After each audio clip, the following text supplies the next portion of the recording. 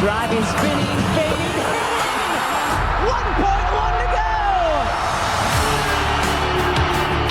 Oh my goodness, Tyrese Maxey! Daniel House fills the lane and fills it up.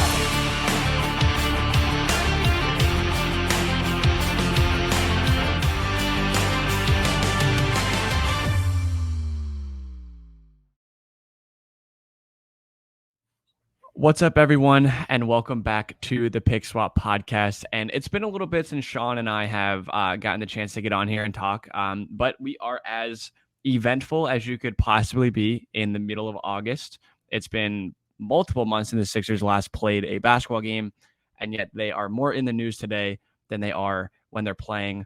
So, Sean Barnard, how are you doing today, man? You know, it's been a day. The two of us, neither of us are certified liars. We'll put that on the table right now. Would never, but yeah, it's been hectic. The James Harden and Sixers staring contest seems headed for disaster. I really don't see a world where this turns out positive, to be honest. Every chance I slice it, but I'm ready to dive into it, break it all down with you, James. Yeah, we're gonna have a lot to cover today, as many around the league, around the world, around Sixers Twitter and you know, Hoops Twitter in general have been discussing today. So I guess we can just start and address the elephant in the room. There's really not many ways around this.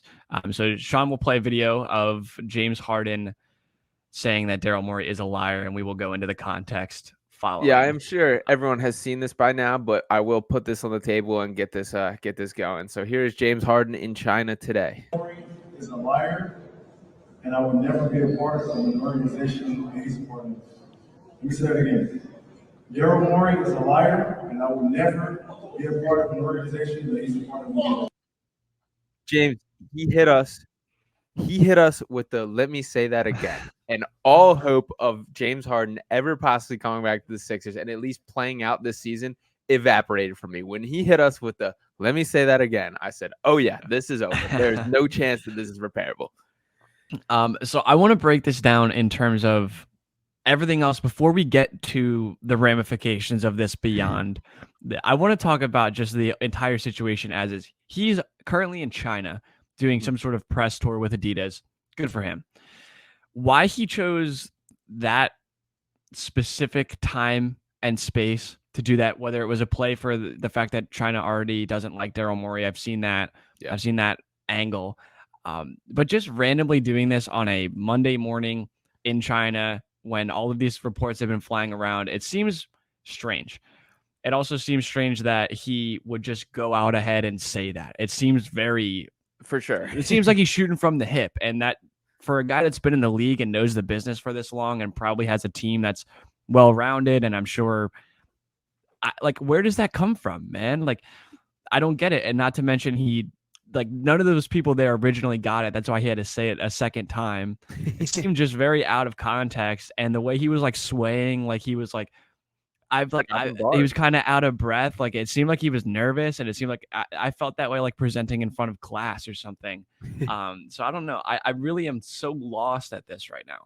Well, I do think timing's the biggest thing. That this is coming one day after the Woj report of the Sixers have taken James Harden off the trade block, that they're no longer in negotiation with the Clippers. I personally didn't read into that report at all. That's all a leverage play in my mind, and that's the game Morey's trying to play. That obviously if the Clippers had called back and upped their offer, that all of a sudden that there are conversations again. But it did seem like they hit a standstill. So I think Harden was judging that or going off that. But yeah, it's an absolutely crazy thing to say. I don't think I've ever seen that direct of a play. And I also just want to circle back to, I do want to remind that I will never play for an organization that Daryl Morey is a part of. Well, you happen to be under contract by the one organization that Daryl Morey is currently in charge of. And it is insane, the whole thing from start to finish. I do want to jump into a little bit of who you blame more in this situation, in James Harden or Daryl Morey, but yeah, I'll give you the rock from here and let you take it. Yeah, I mean, we'll definitely go into that, and I think there's two varying situations that it really could stem from. Yeah. And I think I can understand one before the other, and I'm sure we'll get into this. I don't even know how we're gonna unlayer this one by one, but I just don't know what to make of this. I don't know who It's over. is at fault. Like, oh, it's over. There's no way that Harden comes back. Right? I'm okay with that. Like, we've been okay. We digested this a while ago. We were kind of expecting this to go a lot differently, but with the same result of him playing for a different team.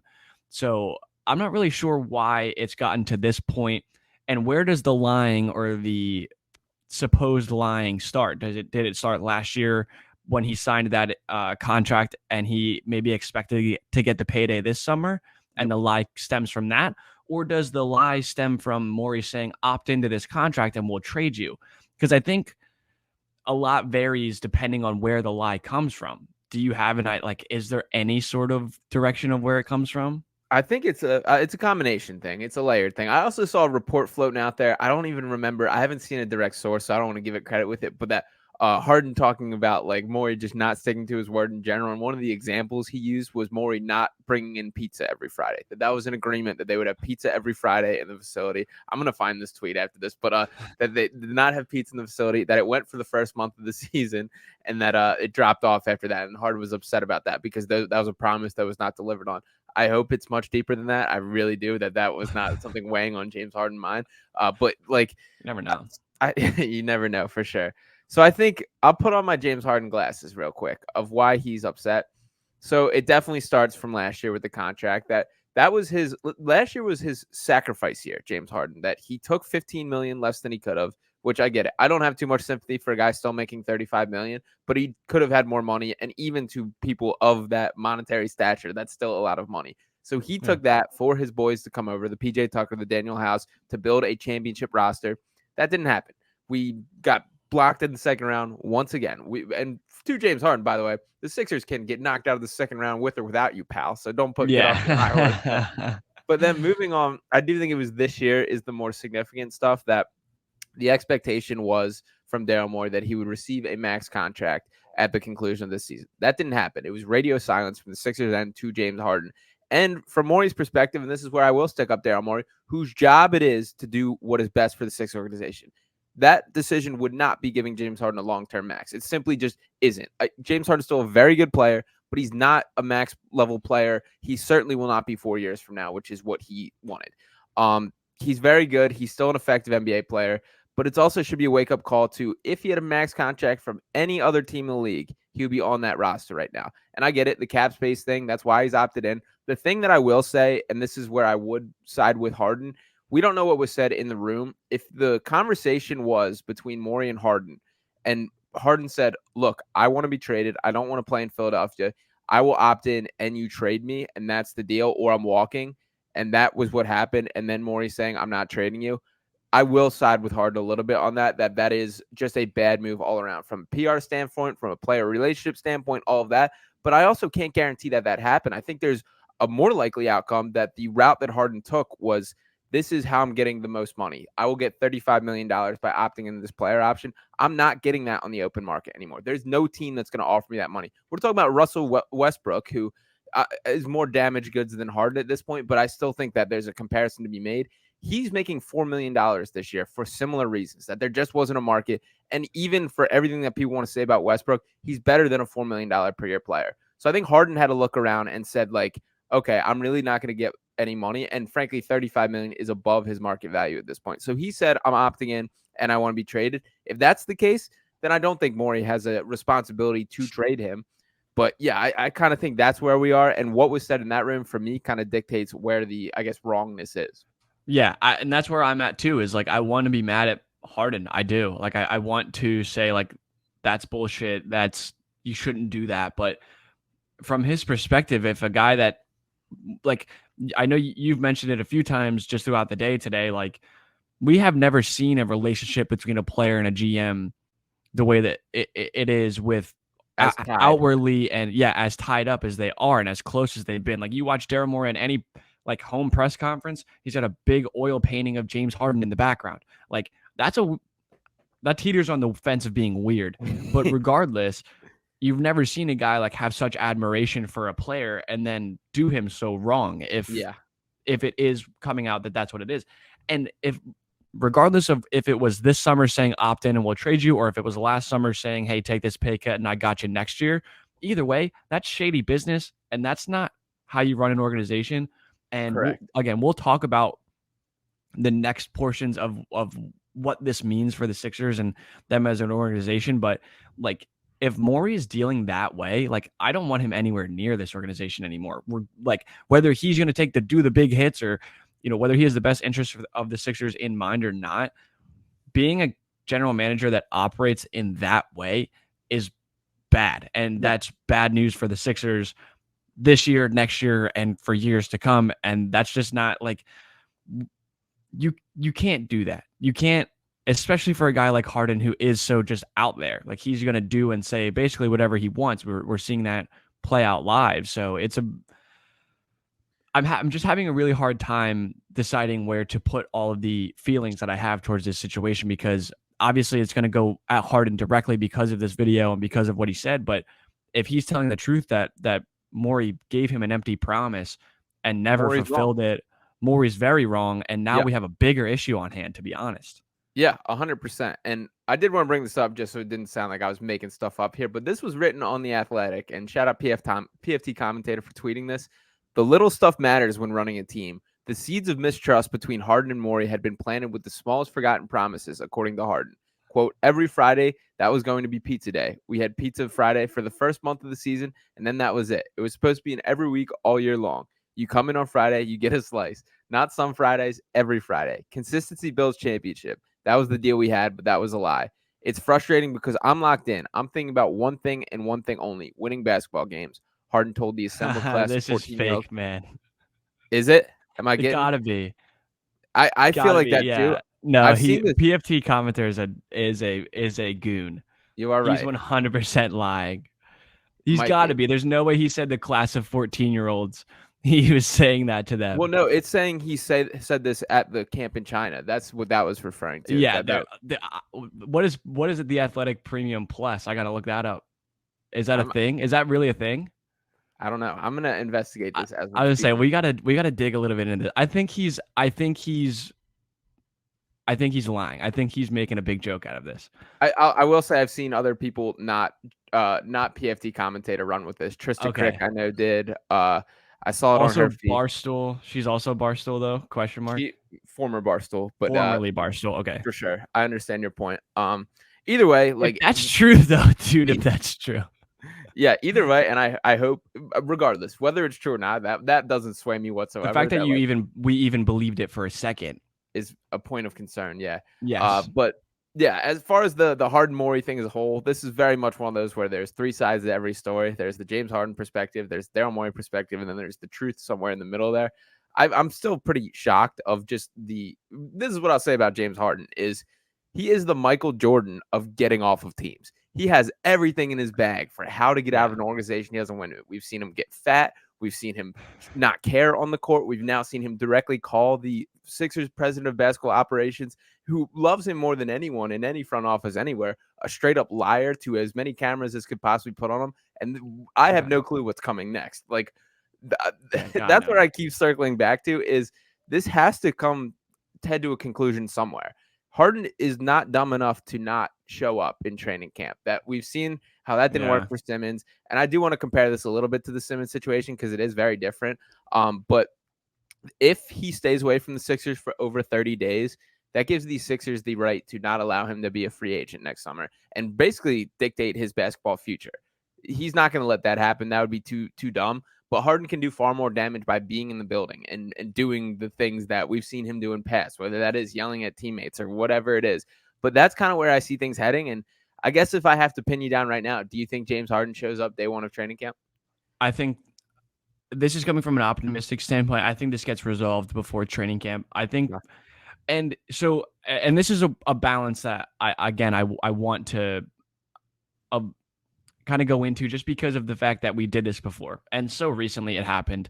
Circumstances are a bit different, obviously, but with this, like, I would so much rather go into this training camp having gotten rid of this whole situation one way or another and just play with the cards that you're dealt at that point, rather than have to go into a season and try to balance this and have 98% of your organization there and focus on the season and focus on the games and then the other 2%, but all of the media attention and everything people are talking about again is this like disgruntled star that doesn't want to be there and wants to be traded and holding out and doing all of this stuff. Like, I don't want to deal with that again.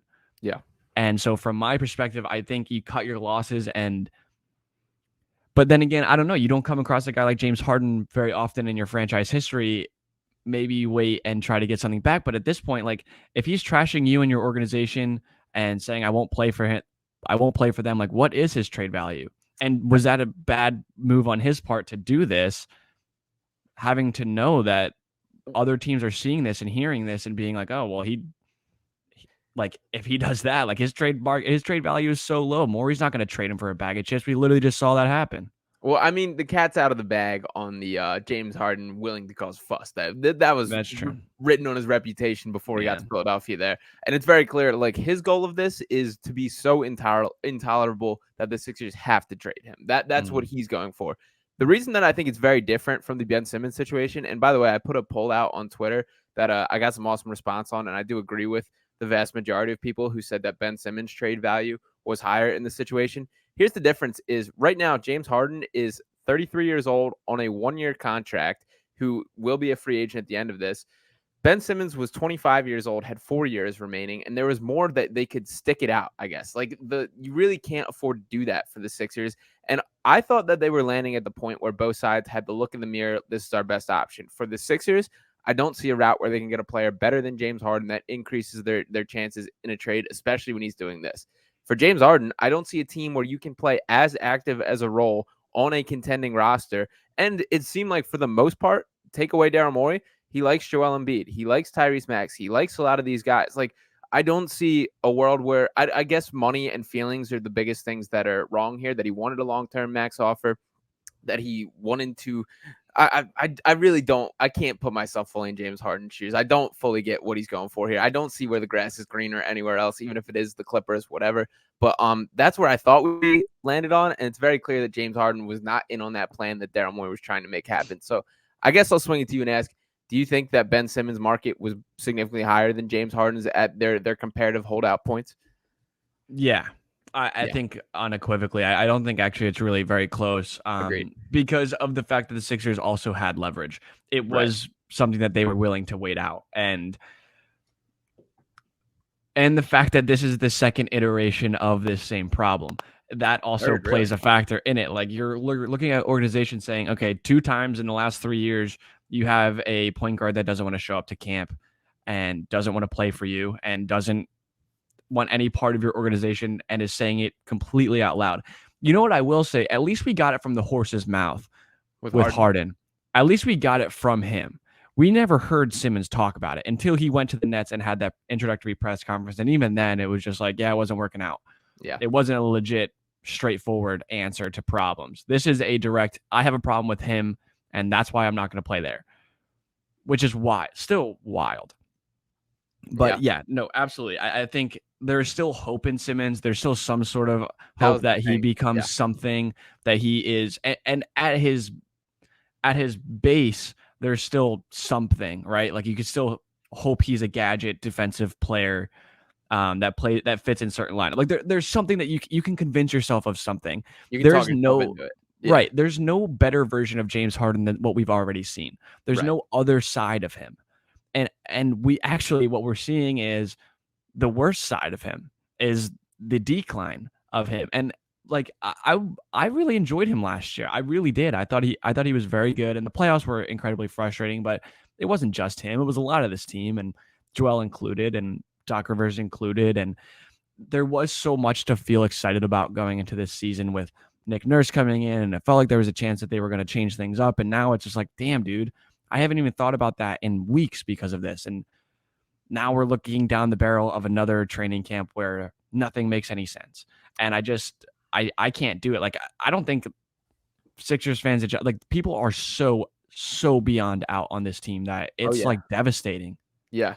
I don't think the Sixers as an organization grasp how much the fan base is out on this team and how close they are to just floating into that, like, nobody cares land for a long time. I don't think that that's fully grasped within the organization, how lost the fan base is because of stuff like this. Because me covering the Sixers, and I've talked significantly more about all this nonsense off the court and the quotes and all these things than the actual basketball being played. And that sucks for me too. I hate it that has become my regular job, that I woke up this morning and talked about James Harden muttering 2 sentences about why the GM's a liar for the past 12 hours. But like, I want to talk about basketball, and this organization has become such poorly run, and this stuff sticks. Like, that's the other part. The Sixers, like, this is now a reputation thing. This is history repeating itself. We've seen plenty of guys demand themselves out, whether it be Ben Simmons, whether it be Jimmy Butler not wanting to hang around, whether it be Furkan Korkmaz requesting 2 trades, James Harden really pushing them against the fire right now. Like, that's just not in a way to effectively run an organization from a long-term standpoint. And I honestly think that Daryl Morey might be more connected to that than I initially gave him credit. This was a guy who had a pretty pristine record as a member of a front office for years leading up to his arrival in Philly. Again, the truth, I hope, comes out. We may never even hear it, but I think there's a real chance that he fumbled this bag as far as the negotiations, how things are handled. And I don't see a way that he gets himself out of it or gets this organization out of it. Because to me, I think that the championship window might very well close as James Harden exits. And that's not to say he was the one holding him open. He's absolutely a part of the problem, but I just don't see a route in which they can improve as a team without him and him doing this nonsense. Yeah, I mean, it's going to depend. That stuff is everything changes so quickly. You asked me 2 years ago about the championship window. It would have been so much different than 2 years before that and 2 years after that. Like, it happened. Everything changes so quickly. But it shrinks so quickly. Like, none of those for sure. Each one of these steps we've gotten less optimistic. Each one of them it's like there's limited options to improve. This, to me, I think it might be like the final straw. Like, realistically, can a championship contender be made out of Joel Embiid as he is, and then Tyrese Maxey hopefully improving? Like, I love Tyrese Maxey. He's awesome. I'm so happy for him to be a part of this organization long term. But can you win as him as your second best player right now? Probably not, unfortunately.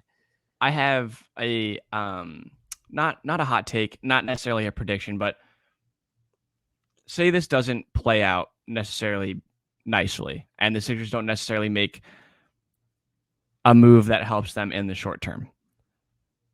Could we see a phantom season-ending injury from Joel 25 Absolutely. games in Absolutely. and actually punt this season and say, hey, we're aiming for next off season. We want OG Anunoby and we want to re-up and try again for the following 24, 25. Like, that idea creeps up. All right. Actually, before the fact that I'm even talking about this brings me back to my point that I wanted to make when you were last talking is my bad. No, you're good. You brought it up, and that's why I wanted to pile on when we got the chance. Is this organization is a joke, man? Yeah. Like, I tried for so long to deny that, and like talk to so many people in this area and talk to so many fans of the teams in this city, and so many friends that I have are in this city that genuinely just don't care. Like, they watch me get so worked up about this stuff, and they watch me try to figure it out and put pieces together, and they just don't care. And since the process, they got clowned for that. They were a joke of an organization. The only person that came out of it on the other side is Joel Embiid. And now you see what's happened to him and the way that they've handled all of these other factors that have come into play, and nobody takes them seriously, because even when they're good, they get bounced in the second round, and even then their stars are losing their minds and asking out. And now you have your president of basketball operations being called out by his number one guy that he's a liar. And on top of that, now, like, what player is going to want to come here, man? Yeah. What player is going to look at this and be like, yeah, I'm happy. I'd love to play for Daryl Morey's team because he's going to be straightforward and transparent with me, and this organization is run so well. And they like, it's already not a destination for players to come in free agency. We've seen that year over year. Mm-hmm. But now on top of this, man, we can't, like, what has happened? What has happened? I once was so hopeful and optimistic and happy to watch this team, and now it's just like we're talking about so many things so far away from basketball. And like, dude, today was so like devastating to me. It sucks. Yeah. It sucks so bad. And look at us. Like, dude, remember when we started this and like where we were? And that was only, I mean, seems only, but like 3 seasons ago. Yeah. And like it hasn't gotten better. No. And What the hell, man?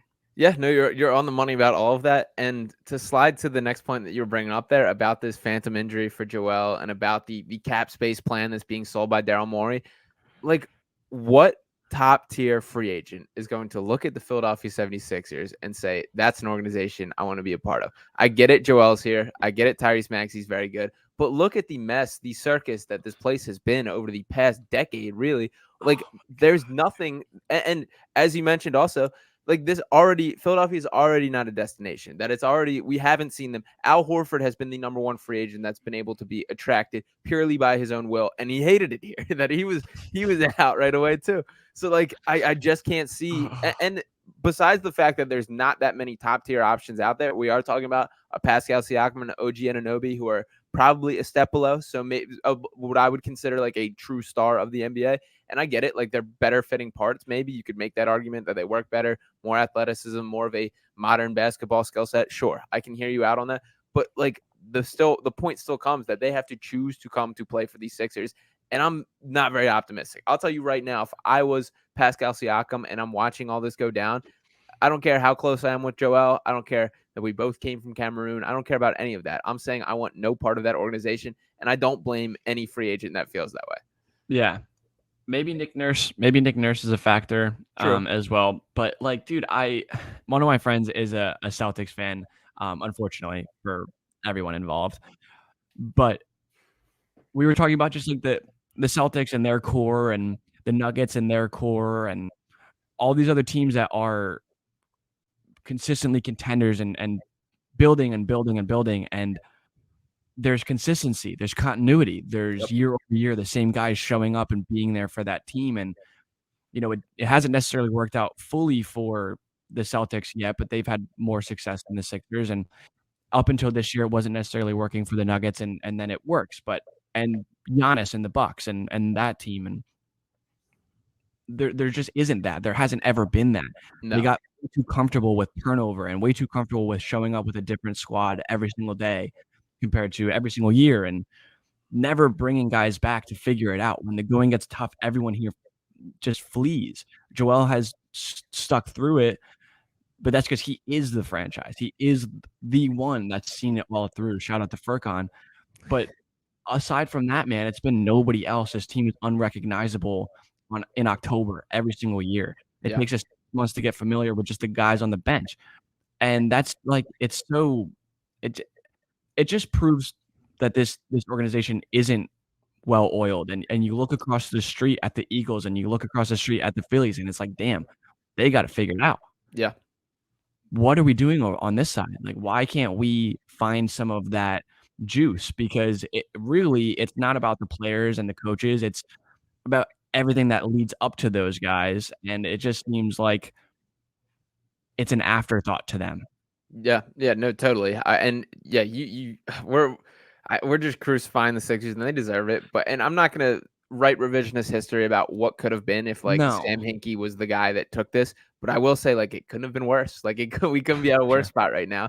And if you look back at like the assets that were assembled, and another thing that both the Celtics and the Nuggets do, which the Sixers have really lacked on since the Hinkie days, is that forward-thinking ability, that constantly trying to add draft picks. The Celtics moved around the entire NBA draft, added a significant amount of picks, and really, like, at the expense of very little, they keep their core intact and they add around the edges. The Nuggets, the same thing. They were in the NBA Finals and they were making trades over draft picks. Like, that's thinking ahead. That's having your next move, your next step planned out.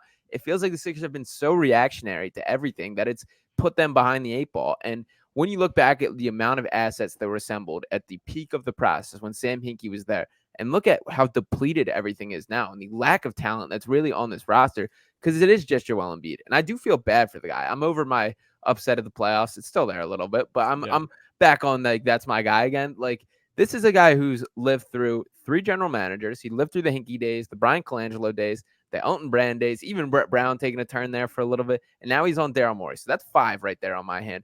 This is his 3rd coach. he's had over probably over 200 players now. Last time I wrote this in an article, it was 150 teammates that he has had. Like, what kind of ecosystem is that for a superstar to really flourish in? And to Joel's credit, like, he's exceeded expectation by miles and miles and has continued to get better. And I expect that he's still continuing to get better this offseason, but he can't do it alone. And yes, he has his shortcomings. He's not perfect either, but it sucks that, like, I can't come down on this guy because there's so much of a mess around him, and it's just not like a successful way to run a franchise or grow players. And we're seeing the results of that. Yeah, and I don't know. Maybe it's a lot of other factors. Maybe it's a lot of other things that play into this. But it just, dude, I became so like retrospective today, thinking about like what has happened to get us to this point, and it was so just like crushing because I mean everything that could have gone wrong over the last 8 years. Let's just generously give it 8 years. Everything that could have gone wrong has gone wrong, basically. The only thing that's come, I mean, Maxey is a godsend, basically. And then outside of that, obviously Joel, but basically everything else that could have ruined it has ruined it. And we're here without even a conference finals appearance. Joel Embiid has, I mean, he won an MVP. Like, that's getting so lost in the shuffle. Somebody literally said today to me that was like, yeah, like Embiid's in his prime. He just won an MVP. And I was like, holy shit, dude, he just won an MVP. Nobody even cares. Feels like embarrassing. Yeah, nobody even cares. Nobody even cares at all. And like, how is this where we are? How is this the conversation that you and I are having? When you texted me that first time when we got on this podcast, I was like, oh my God, this is going to be great. We're going to win the finals. We're going to go blah, blah, blah. This is going to be so much fun. And this team had so much promise and so much build. And there was a core there, at least, or a semblance of one. And, dude.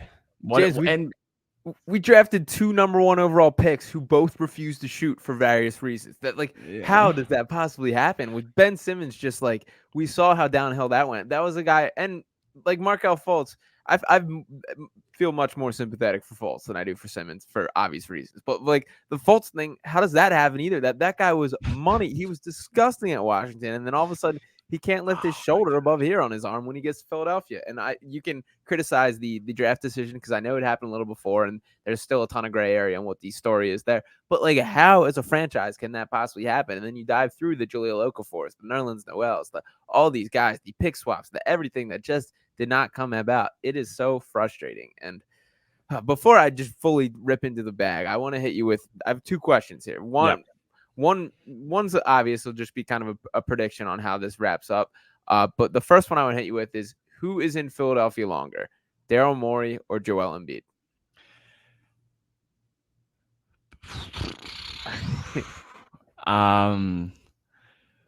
I hope Joel. Okay. Dude, at this point, like, depending on how this plays out, like, I kind of want Morey gone. Yeah, I want him away from us as fast as he can go. Is if what Harden is saying is true, right? There's still there's a lot. I think there's a lot that's being left out here from either side, and I do think, like you said earlier, like the truth is kind of somewhere in the middle, and maybe both of these sides are in the wrong. The thing is, dude, like, he loves Joel and they have that rapport. Dude, maybe spin zone.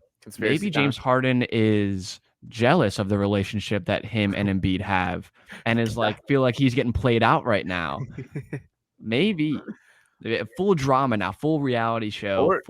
I mean, the NBA is a full-time reality show at this point. At this point, man. It more is about reality television than basketball. But I think it is much more likely that James Harden's just straight up delusional about how good he still is. I like where your mind's at with thinking outside the box, but I think it's probably more likely that he still thinks he should be the star, when I don't think a team run with James Harden as the number 1 is remotely a competitor at this point. And the transition in James Harden's career right now should very much be like him understanding that he's ready to take a back seat, that his body can't do it anymore. He doesn't have that burst, all these things. He should be happy that he's playing next to Joel Embiid. Instead, it feels like he's like pissed that he's not the guy and he doesn't have all these shots called for him and all these things. And we're seeing the after effects of this. I think that's a big part of the root of everything too, because he talked all about like wanting stylistic freedom. And it's like, dude, you individually held the ball more than anyone but Luka Doncic last year. Out of the entire NBA, you were second in time of individual possession. I don't want to hear about your basketball freedom. And sure, you can talk about like how he had to give the ball to Joel at the elbow and all these things. Well, figure out how to be effective. Go move off ball. Maybe cut for once. Maybe set yourself up for an off ball shot. Those things are all foreign to James Harden. So I'm backfired up on Harden. Maybe, I mean, at this point, dude, like, send him to Utah I don't care and where he goes. just like get. But I mean, I don't want him to go anywhere good. I don't. No. I But- mean, actually, I'm gonna take that back. Actually, I don't really wish any ill will on Harden at this point. I just want this to be resolved. So I don't want it to come off as I'm like want him to send him to like a shit place where he's gonna get nothing. Like, I don't really care. I just want this to be over. And dude, bring me Norman Powell. I'm a big UCLA basketball fan. He's been one of my guys since like 2015. So like, just bring him over, let him shoot a couple threes. Let him forget how to shoot actually on his way over. Probably will happen. Like, probably would happen, but like, dude. If you line up every single team in the NBA and say you can just have James Harden for free, how None many of them do are you think- taking him? Yeah, that's the problem. Like the Clippers, like maybe the Clippers, dude. But they basically were like, they're like not giving up Marquise Morris for him. Terrence Like, Mann. Terrence like- Mann was a deal breaker for them. Yeah, like what? And if they genuinely want James Harden, I like Terrence Mann. He's a nice player, but like, He's nice. come on, Seriously. like, come on. Let's But get real. That's more telling to me of like nobody wants James Harden. His market, Like, yeah. And again, he's for sure like still a decent level NBA player. This is not an indictment on his talent, but it absolutely is on his style and all these antics that he continues to stick to him. Like, as much as we're talking about these things sticking as a reputation to the Sixers, same thing with a player, same thing with James Harden, that this is the third organization, two in the span of 2 seasons that you've done this to. And you're just not good enough for that level of a head case anymore, that you are a fine player, but you're no longer somebody that organizations are keeling over. And to, on top of that, be complaining about the money that he makes. Like, even at the end of the season, he's going to be wanting a max contract regardless of how he plays. And even if he's coming in, kicking up a storm and showing up fat and all that, he's still going to be wanting a max contract from somewhere. And there's no world where I see him getting that. I don't know where he goes. I don't know who, like, maybe the Suns might take him. But like, that's on just like not trading. They don't have anybody else to move. All their money's wrapped up in the 4 guys that are starting for him. And like, I don't know what and I think that's the scary part too, is I don't really see an end. Like, at least with Ben, it was like at some point, some team will convince themselves that he could be this, what we convinced ourselves of for so many years. But there's no team out there that's like, oh yeah, like he could really, maybe like the Bulls. Maybe the Bulls will trade for him, or I don't know. Like, I can't even throw in like, but like the Raptors don't want him. Nobody wants him. That's where we keep getting back to. Yeah, I don't know, dude. I don't know. Like, dude, even if like the Bulls traded, I would take like Caruso, and like that's it. Like, if you traded Harden for Caruso, I know the money wouldn't work, but I'm telling you, it would take so little for me to be happy with a trade, just because I want this to be over so bad. But I know that is not Morey's perspective at all. And we're also getting to the point where the championship window is closed when we do that. That there's no world where trading for Alex Caruso changes the Sixers' championship chances. He's not a third guy on a championship team or a second guy on a championship team, which the Sixers are still missing. Do we think we can have a Tobias Harris resurgence? All of a sudden, he's the guy this year. Yeah, you're buying into that one. Yeah, I'm back. I'm all the way back in on Tobias. I can't wait to watch it. He's an assassin. Scoring assassin. I've heard it's word on the street. But Yeah. I'll say this. I need to see some sort of significant trade within this roster. And I know we just talked about continuity and all that, but if we show up to training camp and the Sixers roster is as it's currently constructed, I will lose my mind. Whether that is James Harden finally being shipped off, a deal becoming, if there is like if they want to stick out the Harden thing and just see what happens, which at this point, I don't think it is advisable. I don't think that's probably the best route for success. But if that is Morey's mindset, I still need a Tobias trade, or I still need a PJ Tucker and something trade. I need new blood in this organization. Patrick Beverley, who I love and I am excited to be rooting for on the court. Like, I saw him tweet out today how don't worry, like Philly's at its best when Did they're he going do through that? adversity. Yeah. He said, Oh, I didn't even see that. yeah, something about Philly's at his best when going through I adversity. gotta Which find that, man. I do love. I do love that. I from love him. him. Yeah, I'm all about Pat Bev, but the Sixers were much more than one Patrick Beverly away from winning a championship last year, and for us to now be to some extent for sure losing our 20-10 point guard, that hurts. So I guess Yeah. I agree with your sentiment of get this over with, but I also then it's over and we're pretty much there. Nah, chill. Philly thrives in adversity. I like your optimism, Pat. I do. Yeah. I could have done without even seeing Dave Portnoy. Actually, I had to view the tweet because I have him blocked. Wow. Very anti Portnoy. Regardless, just Wow. that's a conversation for another day. But I agree with you. I mean, at this point, you might as well just go all the way in on it and just say whatever. Continuity doesn't matter. We'll just flash in the pan. Hopefully, things go crazy and we win a championship off of a whim. Because what would be more ridiculous than what we've already done? The only thing that they haven't checked off the list of the most outrageous things to possibly happen is win a championship. So maybe they'll just backdoor their way into a good season. I don't know. I could be convinced of literally anything at this point. There's not much more in the tank for me mentally with this team, and it's just I'm in a bad spot today. Yeah. I'm in a very bad spot, and people have seen the worst of it. And I just, dude, I'm genuinely just speechless. It's over. I've talked my face off today about it, and I haven't ever come to a better version of it. I haven't gotten myself to a better spot. It's just downhill. And yeah, I mean, maybe it is over, but dude, the idea of everyone's like, yeah, Embiid's gonna ask out after this season, and it's I'm gonna vomit. I'm gonna throw up. I hate that idea. The sad part is the right move for everybody. I'm the biggest Joel guy in the world, and I've many times threatened if he changes organizations, I would be a fan of them over the Sixers. I think that this is all trending toward it's more likely. That just seems... if that happens, I genuinely I don't know how much I would be able to watch basketball. I don't know how much I'd be able to watch NBA basketball anymore, just because of that fact. And I would never forget. I would make it my personal life's dedication to ruin Daryl Morey's life. And just what a damn waste of such a special talent, dude. To not, and some of this is on Joel's shoulders, you can't deny that, but to not make it past the second round with a player of his caliber at this stage in his career is unbelievable. And again, I know Joel holds some fault for this, but it's ugly, man. I see no positive outcome from this. I'm not getting there yet. It hasn't happened, so I'm not going to let myself deal with that right now. Okay. So we have too much on our plate. Final prediction, and then we'll get out of here because this has been this has been brutal. Yeah, this is our worst one. This is our worst one by far.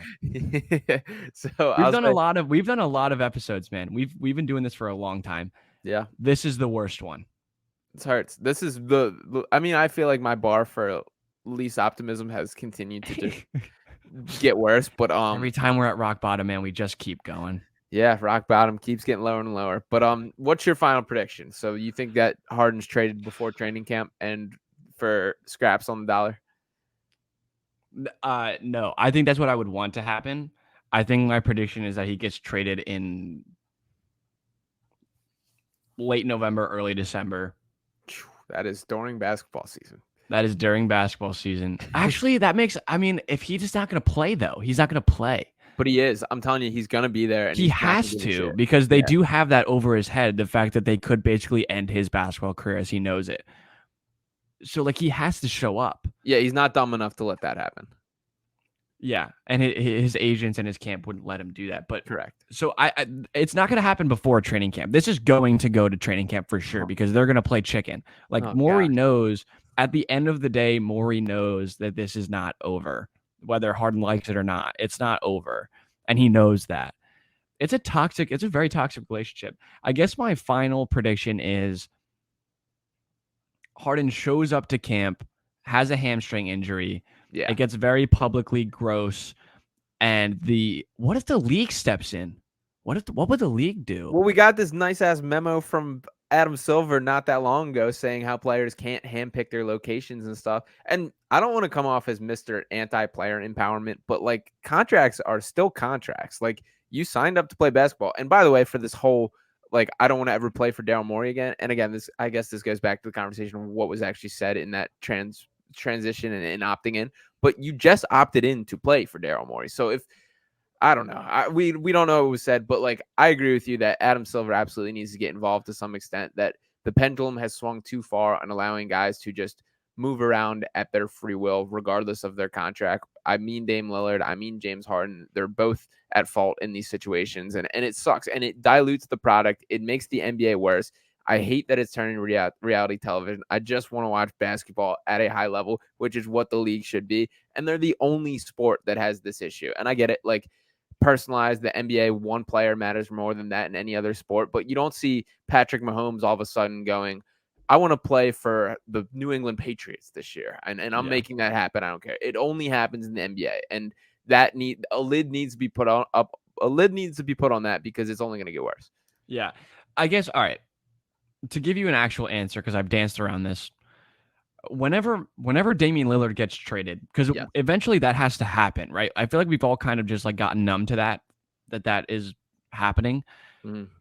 Until that happens, Harden will be on the Sixers. But whenever that ends up happening, eventually, some other team will feel the need to like one up them, and match that. So whenever I honestly have been saying this for a while, that whole thing that's happening with Miami and Portland needs to just be done with, because the second that's over with, everyone can get on with their business. But the fact that it's still been dragging on this long has held everyone else up. And really, since that like whole thing started, a lot has just like gone like completely frozen. The rest of the league has kind of been on pause waiting for that to play out.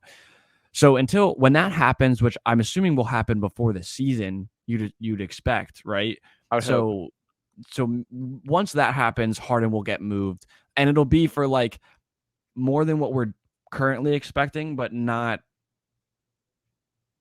some astronomical thing. Maybe it'll be part of that. Maybe they'll get their hands dirty and get in on a 3, 4, 5 team trade and make it a blockbuster. Let's start it. Let's just blow the whole thing up. Let's just get like crazier than we already are. You know what I mean? Tobias Harris. Take PJ Tucker. Get them all out of here. Yeah. Just gut it. Just gut it. Leave me Maxey and Embiid and just gut it and let me start over. Okay, that's a good answer. I think that there is some legitimacy to that. I do think the Dame Lillard thing is a factor and something that Morey has in mind as well. So I'll take that. I think the show up to training camp and the hamstring acts up on the first day is very likely. 100%. I think that's very much in James Harden's bag of force me out of a franchise. So, yeah, I guess we'll see. We don't need to get too more long-winded on this. This was not an optimistic episode whatsoever. But I want to hear your guys' best comments of your rock bottom feelings, how you think things are going from here. Hit me in the comments with that. Make sure to drop a like on this video, subscribe to this channel. Also, check out Sixers Digest. I'm doing some stuff on there as well, so you can check out a little more short-form content from me there. And overall, we will still be around here on Pick Swap. We will still be suffering through this, and we'll be back. Yeah, we'll be back. We'll be back next week. Hopefully next week we'll have a little more optimism in us. I'm sure we're going to have plenty more material to talk about knowing this team. Peace.